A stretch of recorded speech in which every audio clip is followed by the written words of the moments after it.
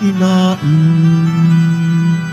Panginoon, ikaw ang may likha ng langit, dagat at lupa, ng buwan, araw at mga bituin, tanang nilalang sa papawirin. Panginoon ay puri, ngalan niya ay dakilain.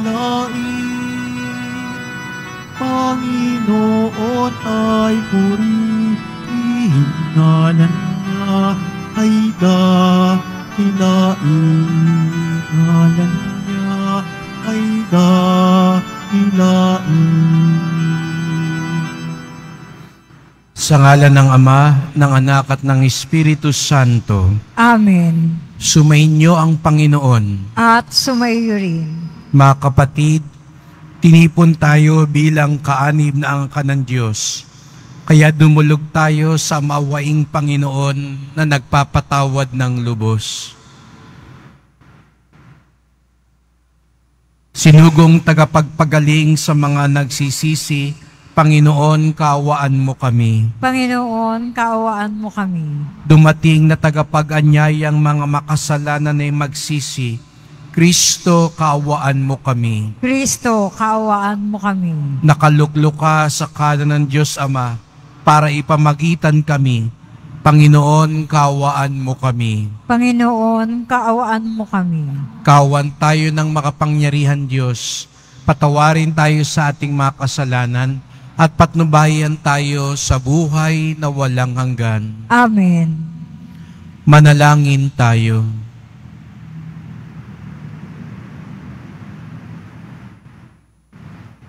Ama naming makapangyarihan, lagi mong lingapin at patnubayan kaming mga kabilang sa iyong angkan.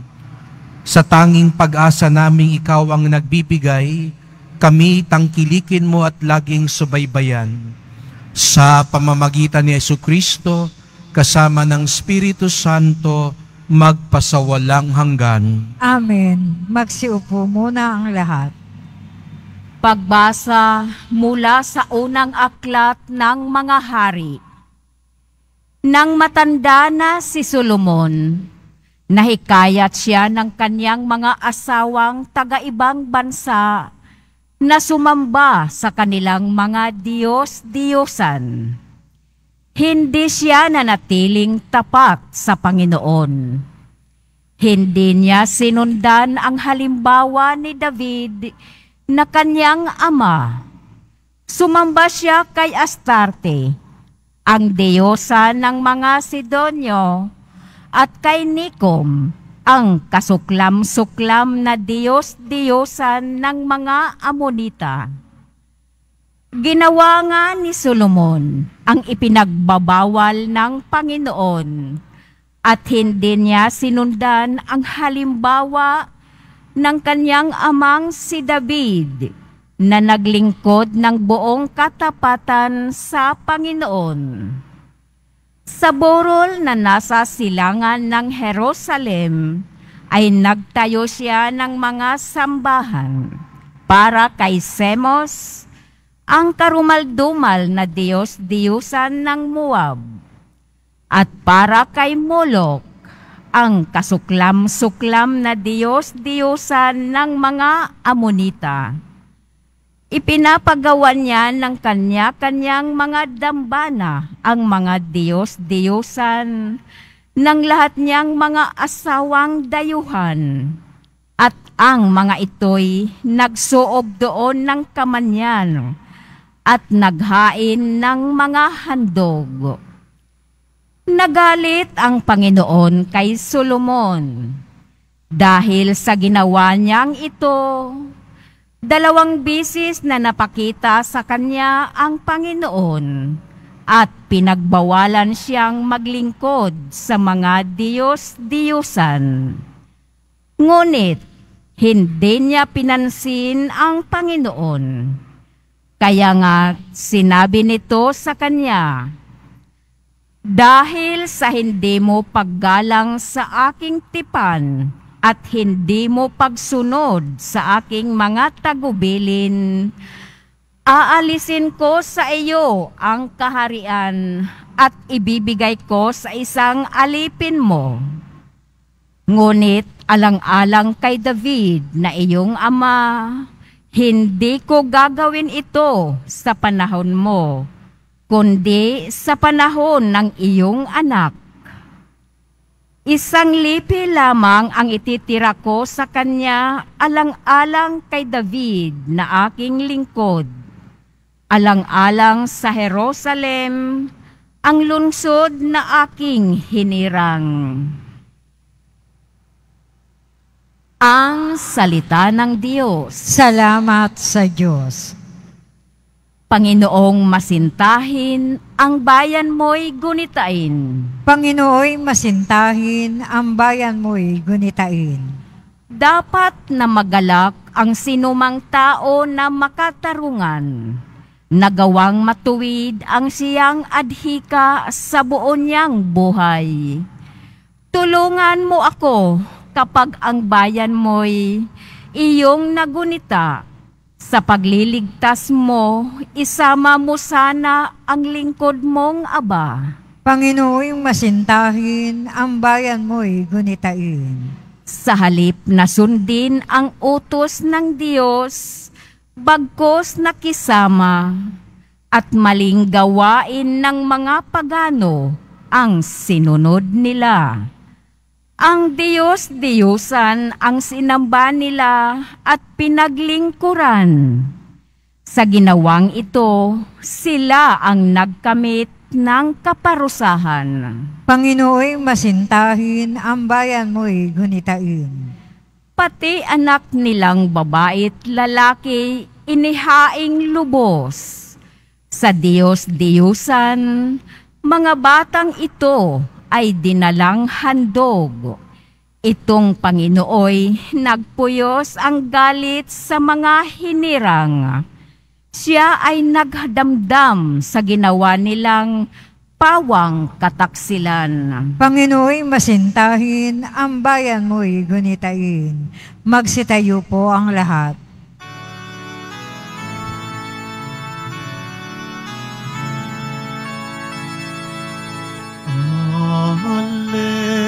Hallelujah, Hallelujah,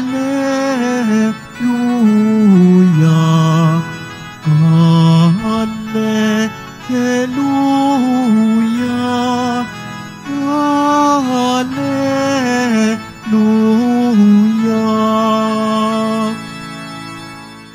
Sa kababaan ng loob, dinggin ang salita ng Diyos upang kayo ay matubos. Hallelujah, Hallelujah, Hallelujah, Hallelujah.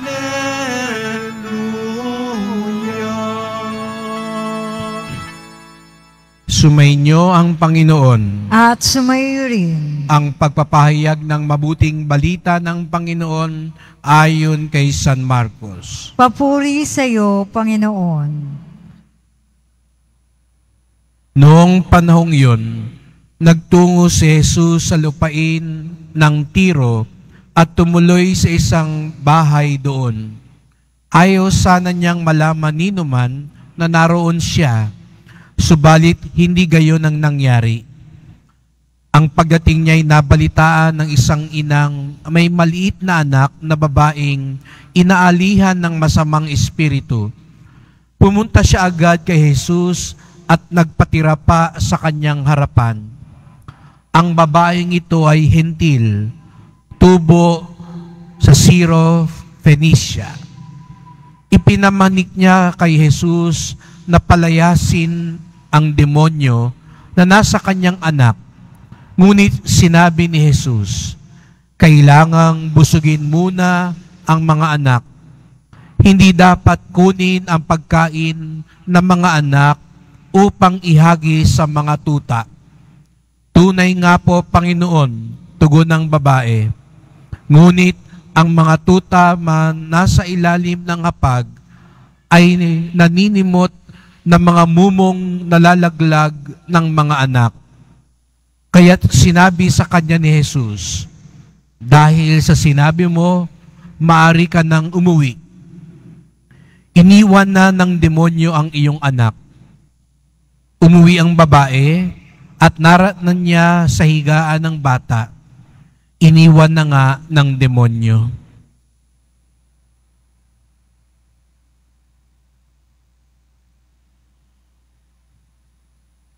Mga kapatid, ang mabuting balita ng ating kaligtasan. Pinupuri ka namin, Panginoong Hesukristo. Magsiupo ang lahat. Magandang umaga po sa inyong lahat at maligayang pagdating sa tahanan ng ating mahal na pong Jesus Nazareno. Binabati din natin ang mga nasa online, lalo na po mga may sakit, nag-aalaga sa may sakit, at mga kababayan, mga kadeboto natin mula sa iba't ibang panig ng bansa at daigdig na nais sumama sa misa dito sa Quiapo, sa Basilica Minor at Pambansang Dambana ni Jesus Nazareno.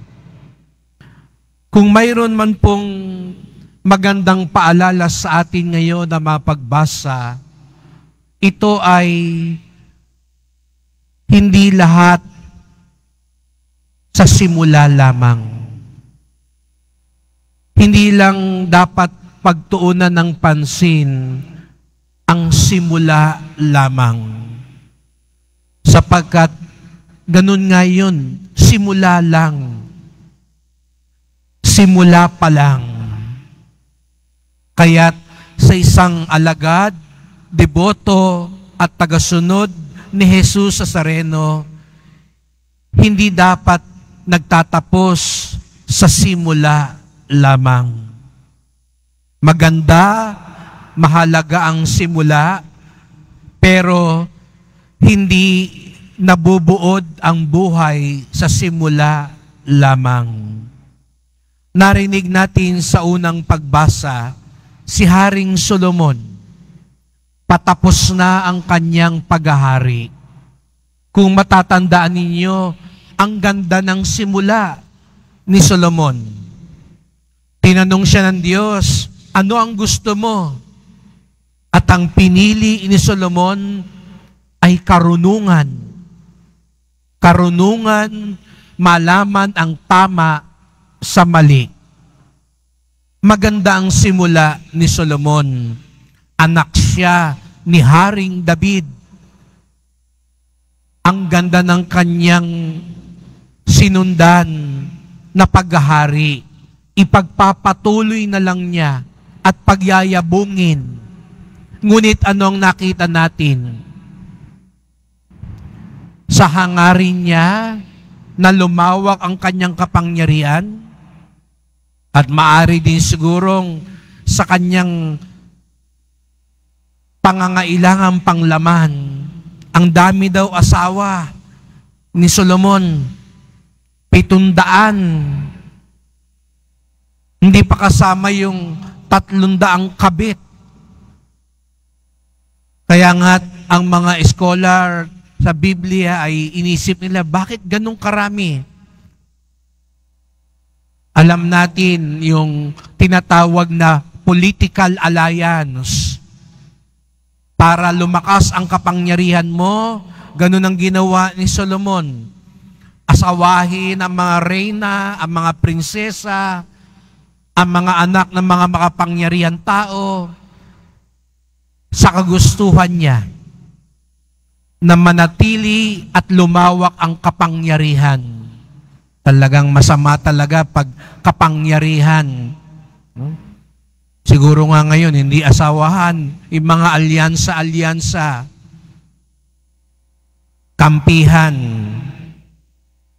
Pero kaya papalit-palit ng kampihan.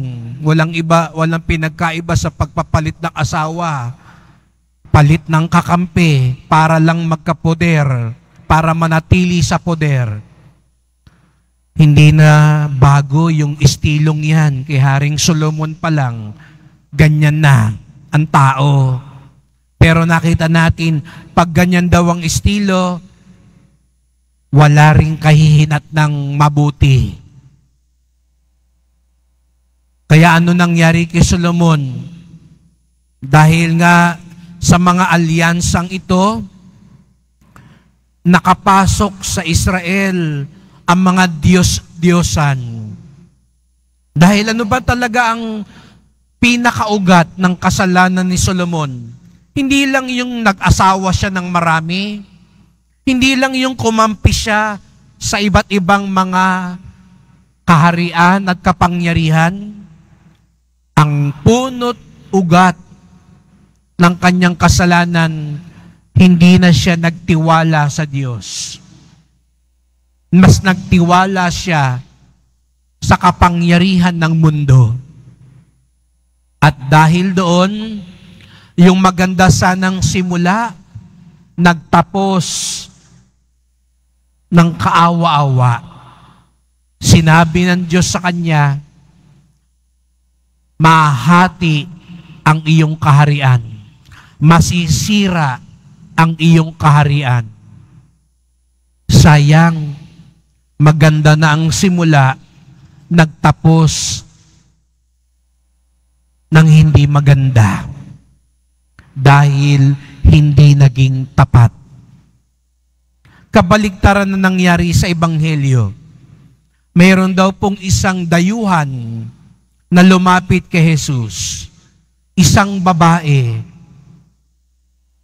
para sa kanyang anak na inaalihan ng demonyo. Sa simula, marinig natin, para baga siyang tinanggihan ng Panginoon.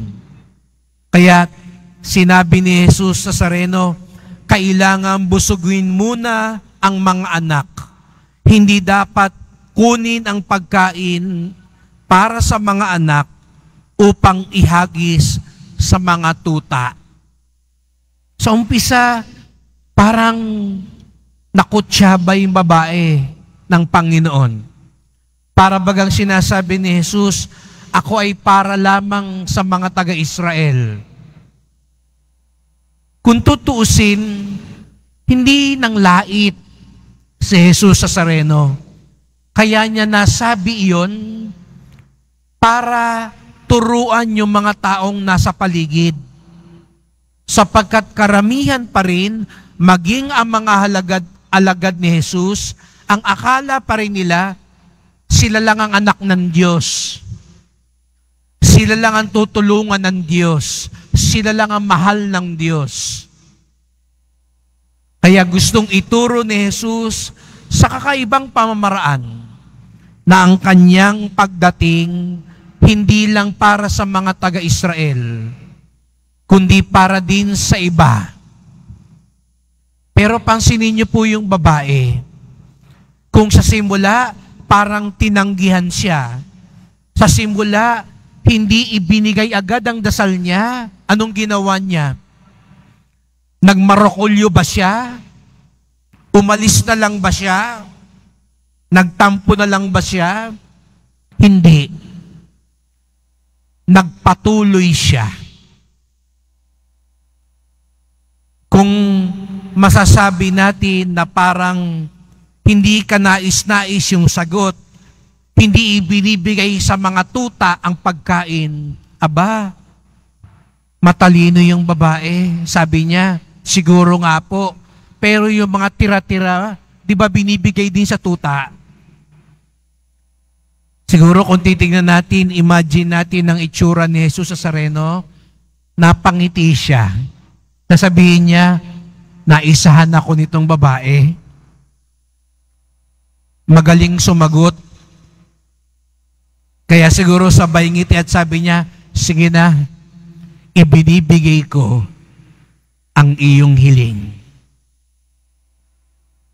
Hindi siya nagpatalo ang babae. Hindi siya nadala lang ng simula. Nagpatuloy siya. Kaya mga kapatid, ito yung ipagdasal natin. Huwag lang tayo sa simula. Alam nyo tayo mga Pilipino, may tawag minsan sa atin, ningas kugon. Sa simula lang masigasig, sa simula lang masipag, sa simula lang maganda. Ang tunay na deboto, ang tunay na alagad, hindi lang sa simula. Nagpapatuloy, nagpupursige. Nawa katulad nung babae, siguro nga sa simula, hindi agad nabibigay ang dinadasal natin. Sa simula, hindi tayo agad matagumpay. Sa simula, hindi agad mabilis ang pagunlad. Pero wag tayong bibitiw. Wag tayong hihinto. Wag tayong mawawalan ng pag-asa. Sapagkat ang tunay na Kristiyano hindi nabubuhay sa simula lamang.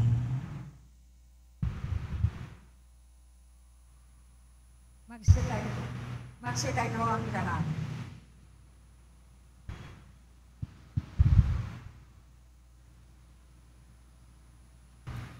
Mga kapatid, binuwag ni Jesucristo ang pader na naghihiwalay sa mga Hudyo at Hentil bilang isang sambayanan ng iisa, bago at walang hanggang tipan. Manalangin tayo sa Amang nagbubuklod sa atin.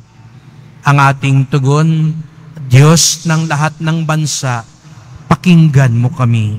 Diyos ng lahat ng bansa, pakinggan mo kami. Ang simbahan sa buong daigdig, naway maging daluyan ng awa, kapayapaan, at pag-ibig ng Diyos. Manalangin tayo. Diyos ng lahat ng bansa, pakinggan mo kami. Bilang komunidad ng mananampalataya, naway hindi tayo magkahati-hati dahil lamang sa mga simple o walang kwentang dahilan ng away. Manalangin tayo. Diyos ng lahat ng bansa, pakinggan mo kami.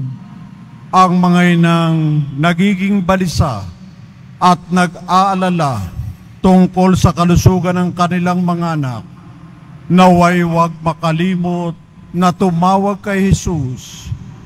Manalangin tayo. Diyos ng lahat ng bansa, pakinggan mo kami. Ang mga may sakit at mga naghihingalo, naway makatagpo ng kaginhawahan sa Diyos ng pag-ibig at awa. Manalangin tayo. Diyos ng lahat ng bansa, pakinggan mo kami.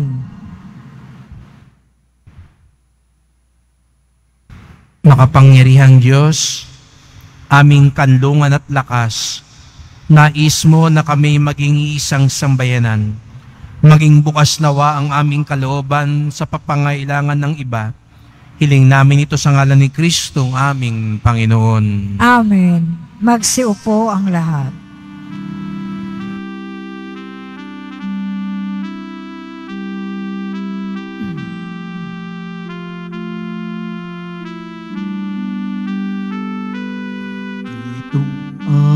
Anak at tinapay ay handog sa iyo, Ama.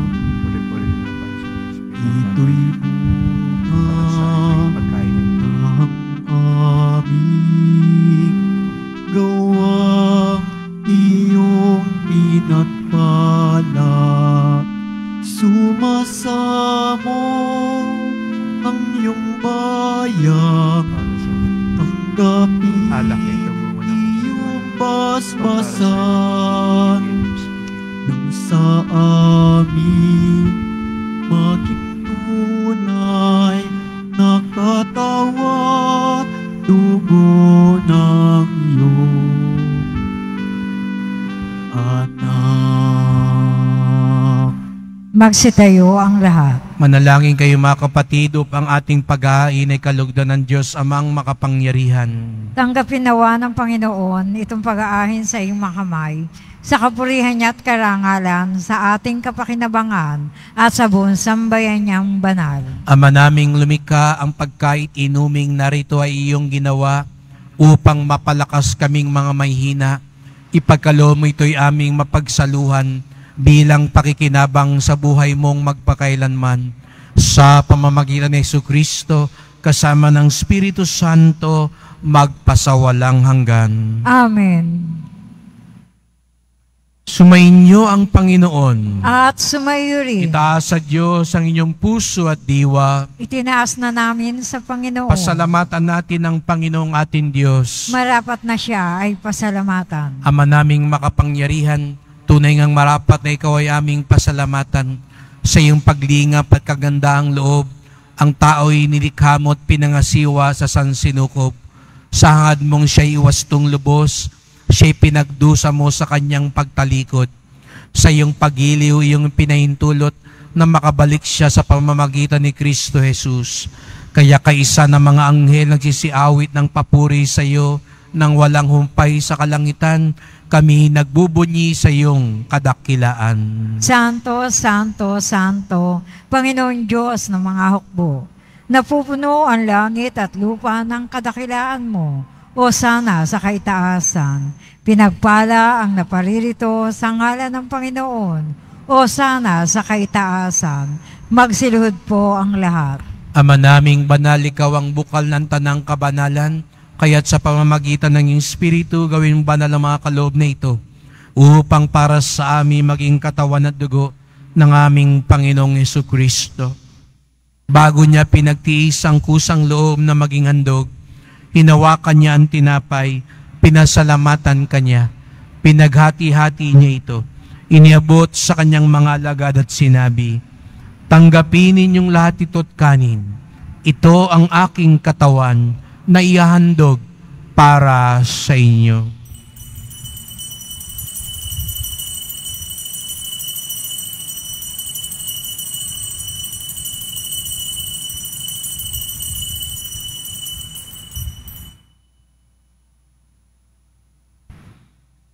Gayon din naman ang matapos sa ngapuna, ninawakan niya ang kalis. Muli kanyang pinasalamatan. Iniabot niya ang kalis sa kanyang mga alagad at sinabi, "Tanggapin ninyong lahat ito't inumin. Ito ang kalis ng aking dugo, ng bago't walang hanggang tipan. Ang aking dugo na ibubuhos para sa inyo at para sa lahat, sa ikapagpapatawad ng mga kasalanan.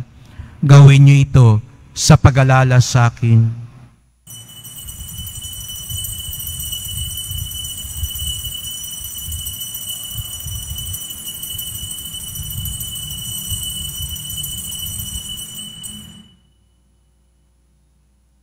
Magsitayo ang lahat. Ipagbunyi natin ang misteryo ng pananampalataya. Si Kristo'y namatay, si Kristo'y nabuhay, si Kristo'y babalik sa wakas ng panahon. Ama, ginagawa namin ngayon ang pag-alaala sa pagkamatay at muling pagkabuhay ng iyong anak. Kaya tinalay namin sa iyo ang tinapay nagbibigay buhay at ang kalis na nagkakaloob ng kaligtasan. Kami nagpapasalamat dahil kami yung minarapat at tumayo sa harap mo para maglingkod sa iyo. Isinasamo namin kaming magsalo-salo sa katawan at dugo ni Kristo'y mabuklod sa pagkakaisa sa pamamagitan ng Espiritu Santo. Amalingapin mo ang iyong simbahang laganap sa buong daigdig. Puspusin mo kami sa pag-ibig kaysa ni Francisco naming Papa, ni Jose naming Obispo at ng Tanang Kaparian. Alalahanin mo rin ang mga kapatid naming nahimlay na may pag-asang sila'y muling mabubuhay, gayon din ang lahat ng mga pumanaw. Kawan mo sila't patuloyin sa iyong kaliwanagan.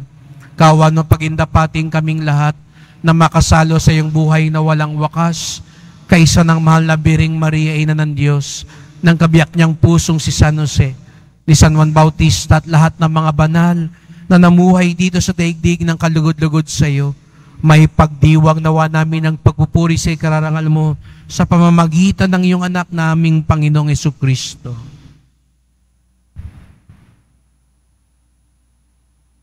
Sa pamamagitan ni Kristo, kasama niya at sa Kanya, ang lahat ng parangal at papuri ay sa iyo, Diyos Amang makapangyarihan, kasama ng Espiritu Santo, magpasawalang hanggan. Amen. Sama-sama tayong tumawag sa ating Ama sa Langit. Ama namin, Sumasalangit ka, sambahin ang ngalan mo, mapasa amin ang kaharian mo, sundin ang loob mo dito sa lupa para nang sa langit. Bigyan mo kami ngayon ng aming kakanin sa araw-araw, at patawarin mo kami sa aming mga sala, para ng pagpapatawad namin sa nagkakasala sa amin. At huwag mo kaming ipahintulot sa tukso, at iadya mo kami sa lahat ng masama. hinihiling namin kami adya sa lahat ng masama, pagkalooban ng kapayapaan araw-araw, iligtas sa kasalanan, ilayo sa lahat ng kapahamakan, samantalang aming pinananabikan ang dakilang araw ng pagpapahayag ng tagapagligtas naming si Jesucristo. Sapagkat iyo ang kaharian, ang kapangyarihan, at ang kapurihan magpakailanman. Amen. O Panginoong Jesucristo, sinabi mo sa iyong mga apostol, at ngayon sinasabi mo sa bawat isa sa amin, kapayapaan ang iniiwan ko sa inyo, ang aking kapayapaan ay binibigay ko sa inyo. Tungayan niyo pong aming pananampalataya, huwag pong aming mga kasalanan. Pagkalooban kami ng kapayapaan at pagkakaisa ayon sa iyong kalooban, kasama ng Espiritu Santo, magpasawalang hanggan. Amen. Ang kapayapaan ng Panginoon ay laging sumainyo. At sumayo rin. Magbigayan tayo ng kapayapaan sa isa't isa. Kordero ng Diyos na nag-aalis ng mga kasalanan ng sanlibutan, maawa ka sa amin. Kordero ng Diyos na nag-aalis ng mga kasalanan ng sanlibutan, maawa ka sa amin. Kordero ng Diyos na nag-aalis ng mga kasalanan ng sanlibutan, ipagkaloob mo sa amin ang kapayapaan. Magsiluhod po ang lahat.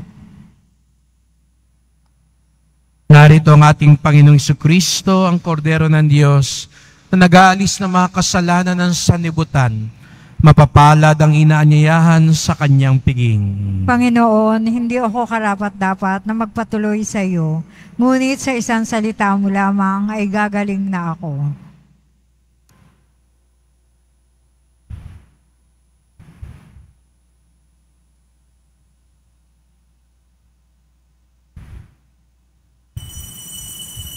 Para sa lahat ng tatanggap ng banal na communion, sasagot po tayo na amen pagkasabi ng pari o lay minister ng katawan ni Kristo at isubo agad sa bibig bago umalis sa harapan ng pari o lay minister.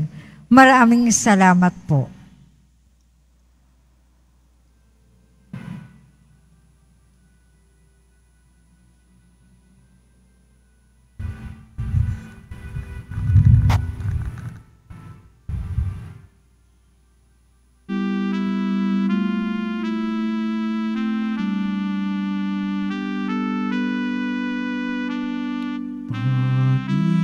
Panginoon, aking tanglaw, tanging ikaw ang kaligtasan. Sa panganib, ingatan ako, ang lingkod mong nananalig sa'yo. Ang tawag ko'y iyong pakinggan, lingapin mo at kahabagan.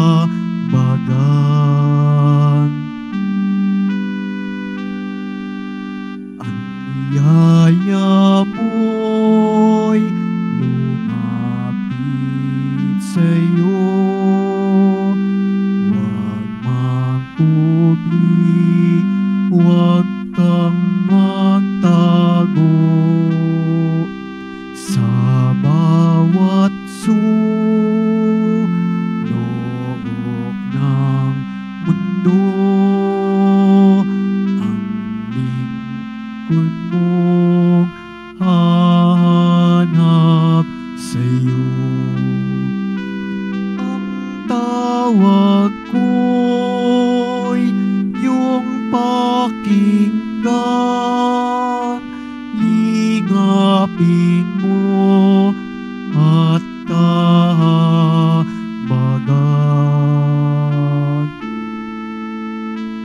Panginoon, aking tanglaw, tanging ikaw ang kaligtasan. Sama-samang ilayo mo ako. Ang sugo mong umiibig sa'yo.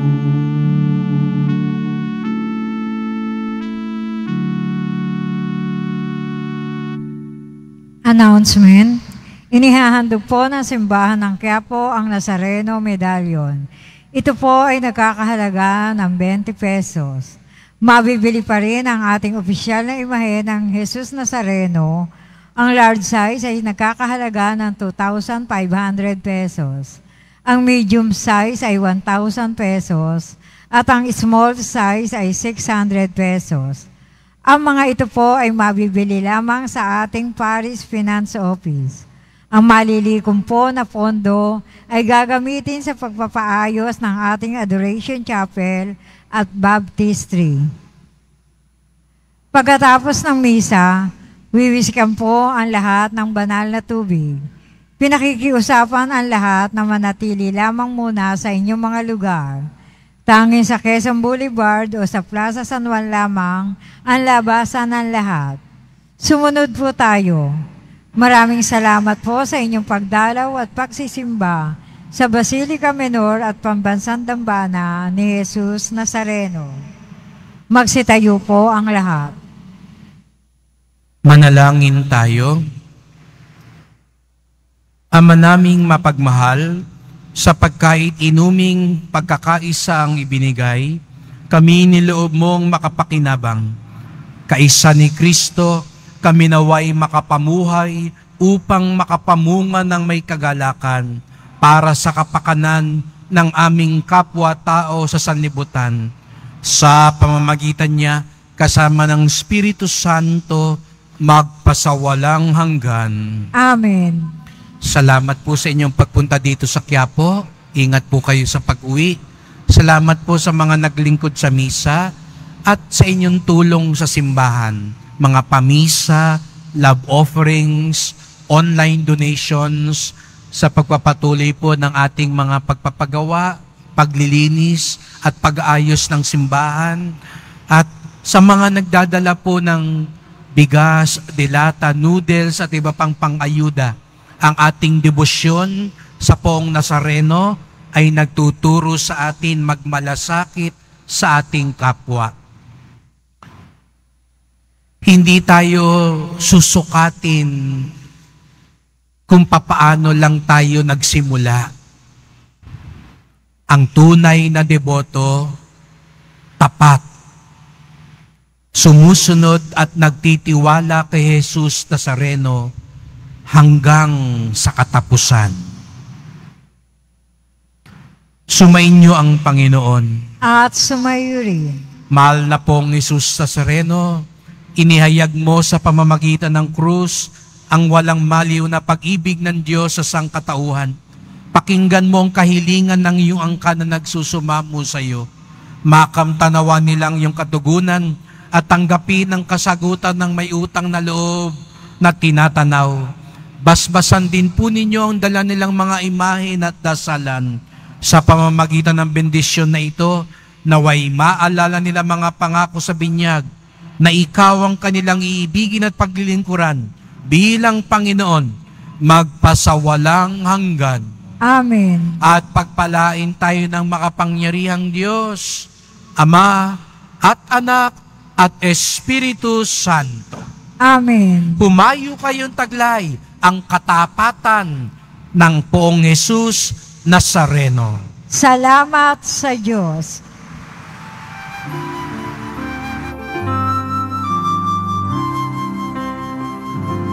Nuestro Padre Jesus Nazareno, sinasamba ka namin. Pinipinto ka namin, aral mo ang aming buhay at kaligtasan. Nuestro Padre Jesus Nazareno, iligtas mo kami sa kasalanan. Ang krus mong pinamatayan ay sagisag ng aming kaligtasan.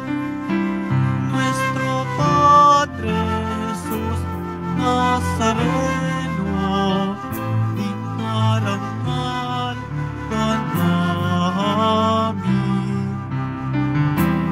Nuestro Padre Jesus Nazareno, niluluwalhati ka namin.